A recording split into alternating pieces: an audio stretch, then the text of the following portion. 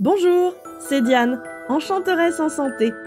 Bienvenue dans le podcast dédié à la santé intégrative créative pour les entrepreneurs qui prennent autant soin des autres que d'elles-mêmes. En tant qu'ostéopathe, aroma-olfactothérapeute et coach de vie pro et perso, je serai votre guide facétieuse et enjouée. Je vous invite chaque semaine à explorer et voyager à mes côtés. Nous irons à la découverte de nouvelles contrées, au cœur desquelles il fait bon vivre et oser se réaliser. Allons-y! Embarquons ensemble dans de fantastiques aventures enchantées où bien-être et magie s'associent pour agrandir notre champ des possibles. Lors de l'épisode précédent, nous avons évoqué ensemble l'importance de l'ancrage et de la protection dans la relation soignant-soigné. Aujourd'hui, ce nouvel épisode va venir compléter à merveille ces deux notions avec l'idée d'intention qui est un pouvoir magique, fantastique. L'intention est selon moi la couleur que nous donnons, le petit supplément d'âme, ce que nous insufflons à nos choix, nos actions et nos inactions. Il s'agit de l'objectif intérieur que nous visons. Afin que vous puissiez vous familiariser avec cette notion et que vous la fassiez vôtre, que vous vous l'appropriez et que vous la remaniez à votre propre sauce, voici une petite histoire. Plongeons-nous dans les aventures de la Grèce antique et métamorphosons-nous en petites souris pour épier les activités d'une déesse mythique, Diane chasseresse, partie avec son arc et ses flèches dans la forêt. Un peu perdue dans ses pensées, elle entend soudain un bruissement dans un feuillage non lointain. Elle décoche sa flèche et tire, mais rate sa cible. Mais que s'est-il passé? Ah, elle s'en rend bien vite compte. Elle avait la tête ailleurs. Elle n'était pas pleinement à ce qu'elle faisait.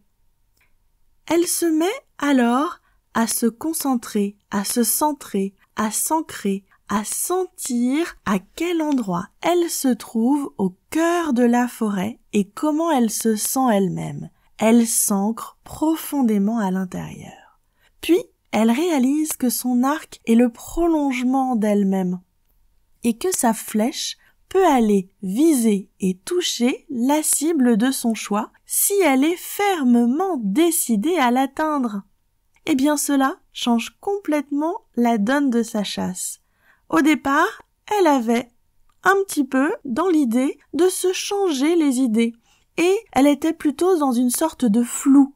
Et tout d'un coup, quand elle a mis son focus sur une intention bien précise, figurez-vous que la prochaine flèche qu'elle a tirée a touché sa cible en plein dans le mille. Avec ce récit, vous pouvez saisir à quel point l'intention est en quelque sorte l'ingrédient magique qui donne la petite touche finale à vos propres recettes et qui la personnalise vraiment. C'est grâce à notre intention que nous pouvons amener quelque chose de vraiment ultra spécifique et personnel à ce que nous faisons. C'est en nous référant à celle-ci que nous pouvons nous assurer de nos choix et de la justesse de nos actions, afin d'atteindre le but que nous nous fixons dans nos objectifs. Mais pour cela, il faut bien évidemment partir de soi et bien se connaître. Donc en prérequis, travailler son ancrage et ensuite se projeter avec une intention que l'on décide par soi-même, dont on a vraiment conscience. Mon intention est donc l'élément que j'ajuste et auquel je me réfère le plus souvent au cours de mes journées pour pouvoir agir de la manière la plus cohérente et qui me semble la plus correcte vis-à-vis de moi-même et pour les autres en interaction avec eux, dans mon activité professionnelle comme dans ma sphère personnelle. Elle vient tout simplement affiner mes choix de posture et de positionnement en tant que thérapeute et en tant qu'humaine au jour le jour. Et vous, comment vivez-vous au quotidien cette notion d'intention? Y avez-vous déjà songé?